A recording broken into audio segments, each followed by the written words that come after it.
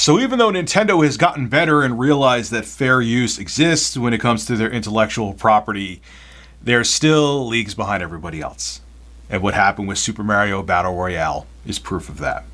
Let's get into it. Skip it up and that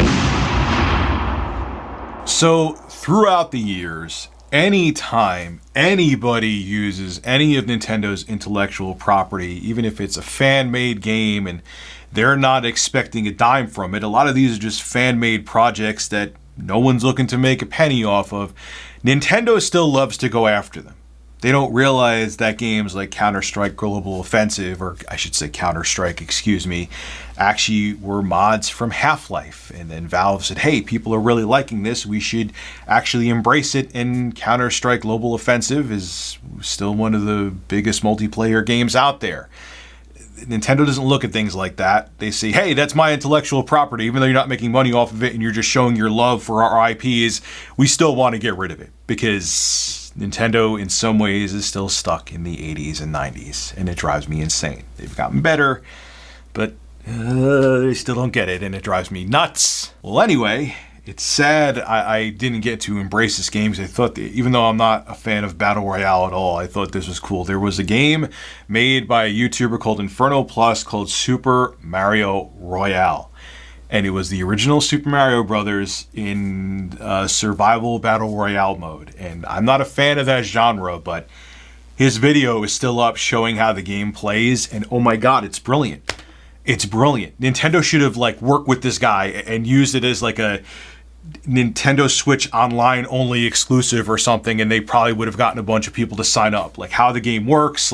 For example, if you get that the star and you're invincible and you run into another player, it'll kill them, and it's about survival and who gets to the end first and survives. That's the top dog. It's really, really well done. It's really well done, and it was free.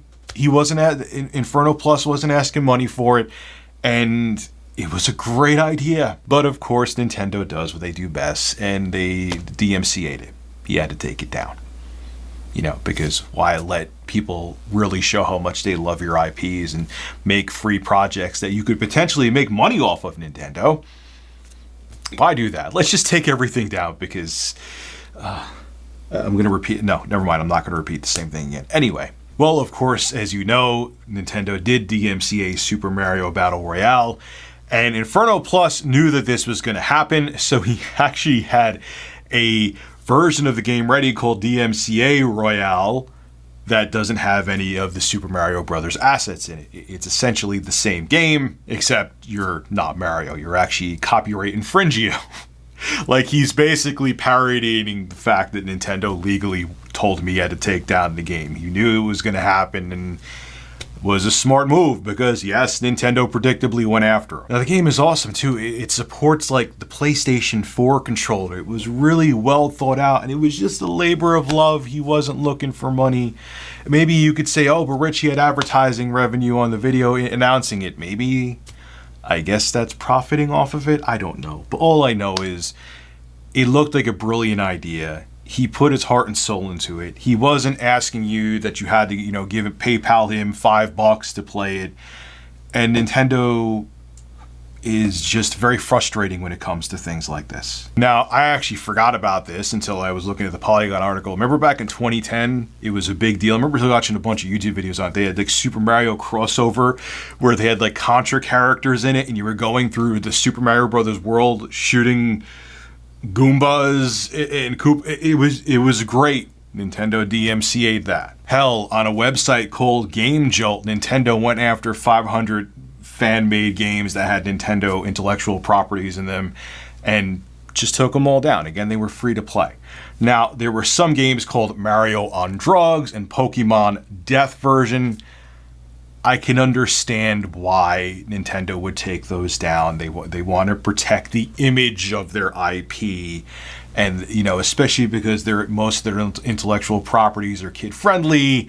Mario on Drugs, yeah, that's probably not a good idea. But if it was something like Super Mario Crossover, which actually I never got to play that, damn it, but it looked great.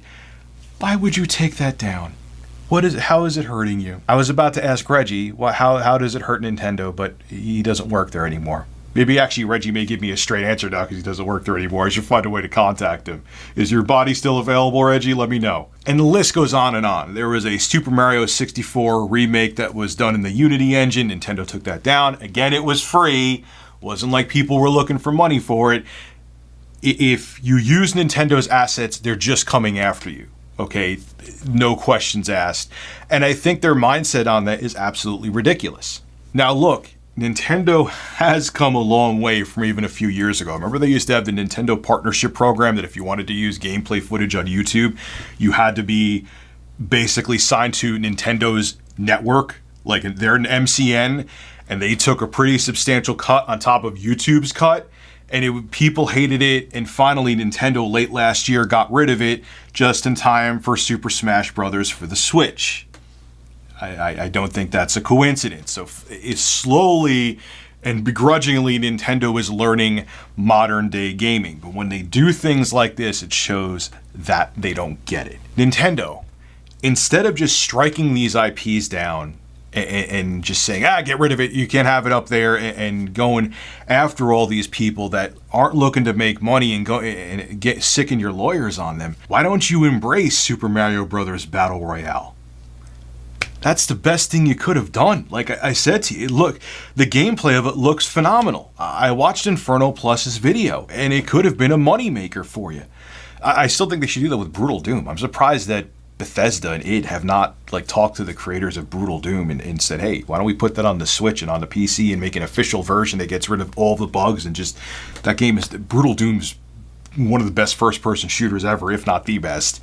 And I'm surprised that didn't. But mods show when people make these fan-made projects that are free, it shows how much love they have for whether it be Nintendo or Valve or whatever, or id, or whatever the case may be. And it's showing their enthusiasm. And when you quash these projects that don't pose a threat to the integrity of your IP, it just makes you look like bullies. And it hurts the enthusiasm that your consumers have for your product. It doesn't help it. There was nothing here to protect. Okay, if Inferno Plus was showing Mario in a disparaging light, that would be different. But this was just something that not only was a brilliant idea, it was just a fun little game that people were enjoying, and there was no reason to take it down. If anything, like I said, Nintendo, you should have embraced it. But maybe in a few years you'll understand that too. With the Switch and getting rid of your partnership program, you've come a long way from the Wii U days, Nintendo. But there's still some things you just don't get, and I hope one day you do understand them. This is Rich of Review Tech USA signing out. Have a good one.